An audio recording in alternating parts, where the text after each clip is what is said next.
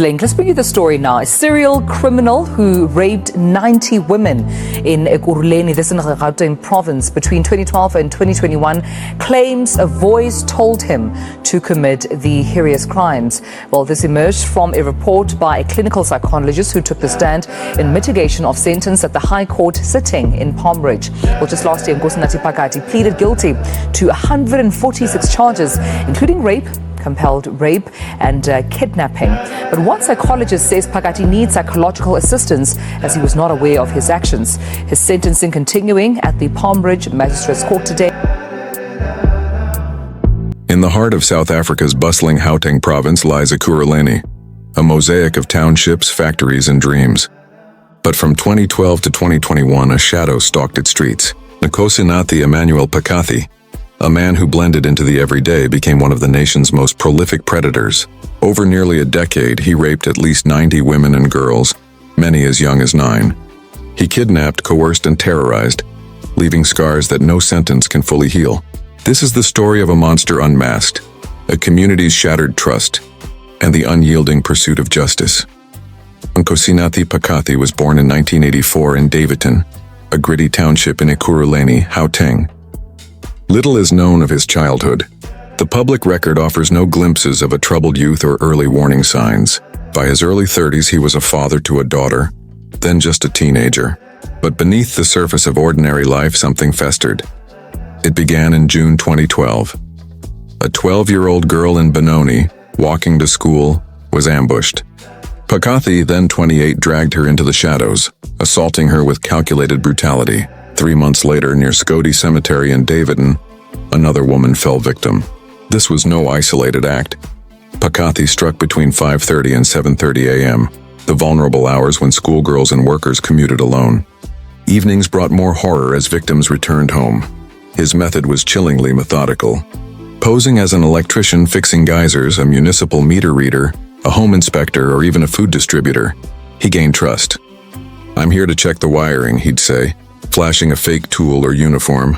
Once inside, the mask dropped. In other cases, he'd approach on the street asking for directions, then pounce. He was armed in some attacks, a knife or gun to silence screams. And in the cruelest twists, he forced siblings to watch, or boys as young as 12 to assault their friends, shattering innocence twice over. By 2021, police dockets piled up, 96 in total, implicating him in a web of 203 initial charges. Victims ranged from 9-year-old schoolchildren to a 44-year-old woman, 24 minors among the 90 confirmed rapes, plus 9 adults assaulted in their own homes or on deserted paths. 4 counts of compelled rape, 3 for forcing children to witness sexual acts, 43 kidnappings, 2 assaults, 4 thefts. Phakathi's reign turned Ekurhuleni's safe routines into minefields. South Africa, already grappling with one of the world's highest rates of gender-based violence, over 9,300 rapes reported in just 3 months of 2024, saw Ekurhuleni become a microcosm of fear. Phakathi's crimes weren't random. They were a predator's playbook honed over years. The victims' stories, pieced from court records and police affidavits, paint a portrait of unrelenting violation. We honor their anonymity here, but their courage in testifying fueled the case. Take the 9-year-old, the youngest known survivor. Lured inside under the guise of a home repair, she endured not just assault but coercion, forced to watch as Phakathi threatened her family. "He said he'd come back if I told," her impact statement read, echoing dozens like it. A 15-year-old in Crystal Park was grabbed en route to school, dragged to a nearby bush. Phakathi, knife at her throat, stole her phone after, to erase any trace. In Putfontein, a mother of 2 was attacked in her kitchen, her children locked in another room. "I fought, but he was stronger," she later told investigators. He laughed. The compelled acts were the most depraved.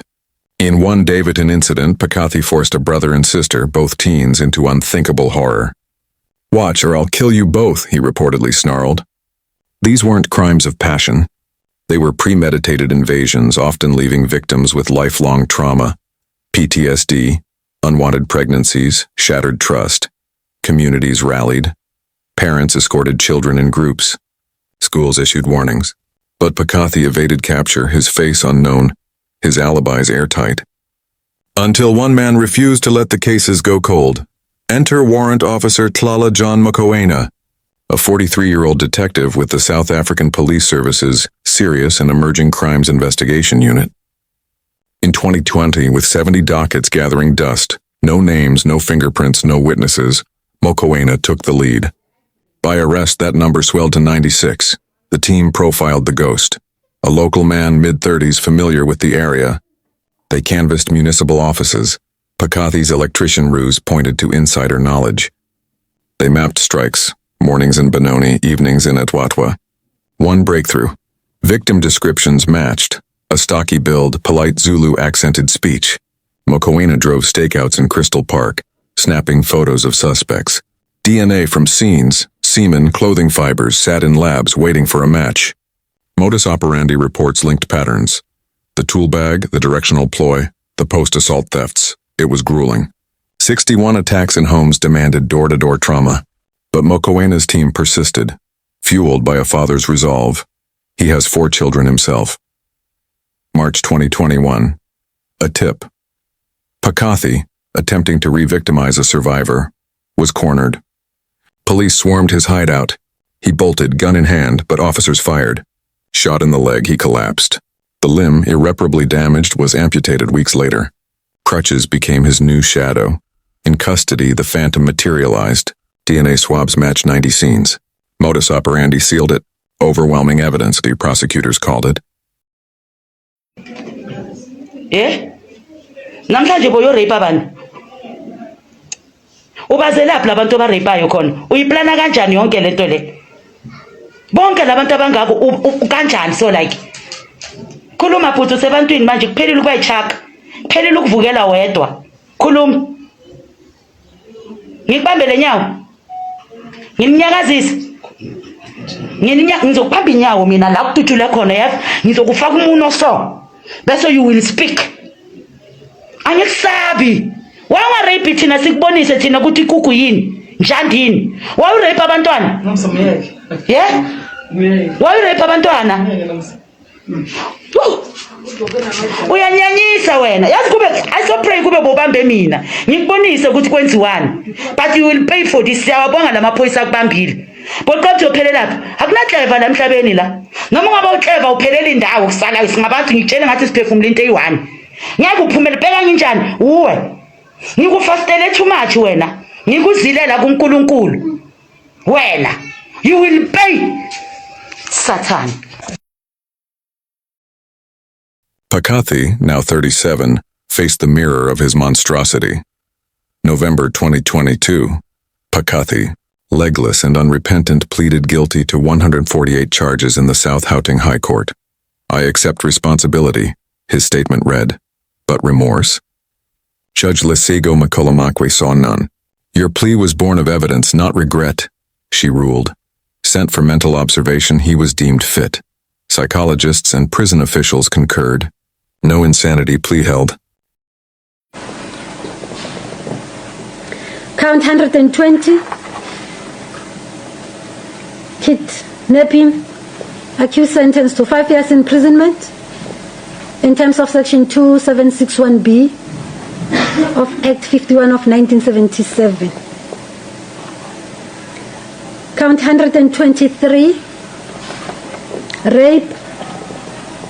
Accused sentenced to life imprisonment in terms of Section 51, subsection 1 of Act 105 of 1997. Count 126. Assault. Accused sentenced to 6 months imprisonment in terms of Section 2761B of Act 51 of 1977. Count 127. Rape. Accused sentenced to life imprisonment in terms of Section 51, subsection 1 of Act 105 of 1997. Pre-sentence reports painted a man beyond rehabilitation. Suicidal ideation, yes. He vowed to end it all after his 17-year-old daughter's grade 12 exams. But justice waited for no paternal ghost. October 4, 2024. Courtroom packed. Victims' families weep. Phakathi, in blue tracksuit and mask, sits on crutches. Judge Makolamakwe's voice booms. These were premeditated, heinous acts against the defenseless. You manipulated, deceived, and destroyed. No remorse. Beyond rehab, 42 life sentences for the rapes, 791 years and 6 months for the kidnappings, assaults, thefts. The gavel fell like thunder. Unfit for firearms. Name etched on the National Register for Sexual Offenders and Child Protection Register. Gauteng Acting Provincial Commissioner Major General Fred Kakana hailed it. A milestone against predators. Phakathi's fall exposed deeper wounds. South Africa's rape crisis, fueled by inequality, weak policing, claims thousands yearly. Ekurhuleni's scars linger. Trust eroded, routines armored. Yet resilience blooms. Victims' testimonies sparked reforms. Funding for CC units. His daughter, shielded from headlines, carries silent weight. Phakathi's suicide vow? Prison watches closely. But the real question, how many more shadows lurk?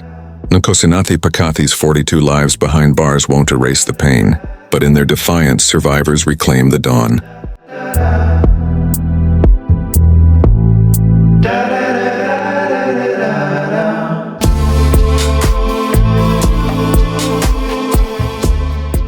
One of the survivors of serial rapist Nkosinathi Phakathi says she still has nightmares years after he violated her in 2016. She was just 14 years old at the time. The woman spoke to SABC News just hours after judgment was handed down in the High Court sitting in Palm Ridge. Phakathi went on a rampage in the Ekurhuleni area between 2012 and 2021. He faced 148 charges, including 89 rapes, 42 kidnappings, 6 of compelling a child to witness a sexual act, 4 of forcing a minor to rape, 2 of assault, and 2 of sexual assault. Now, please be aware that this report contains graphic content. Justice for me would be him looking in the camera and saying, "I am sorry." This is one of Nkosinathi Phakathi's rapist survivors. I'm not surprised she doesn't want to be known, as many of the survivors are still too traumatized to speak. On the day, Phakathi strangled and beat her up too. So yeah, he took me to a railway without me knowing that place. So that's when he raped me. I actually want to see every girl that has been a victim of him finally being at ease and feeling like they have total control over their lives and that they can move around anywhere without even feeling like there's someone following them. He deserves to rot in jail. He deserves to stay there forever because that's where he belongs. He doesn't deserve to be free because the only time he's free, he hurts women. He hurts women. Phakathi's youngest victim was 9 years old. Not unbroken, but he lured his unbound. victims while This is they were justice's walking fragile to and light, from school, a warning to predators, a and even balm raping for the them wounded. on church In South premises. Africa's story, the shadows may linger, but so does the fight. The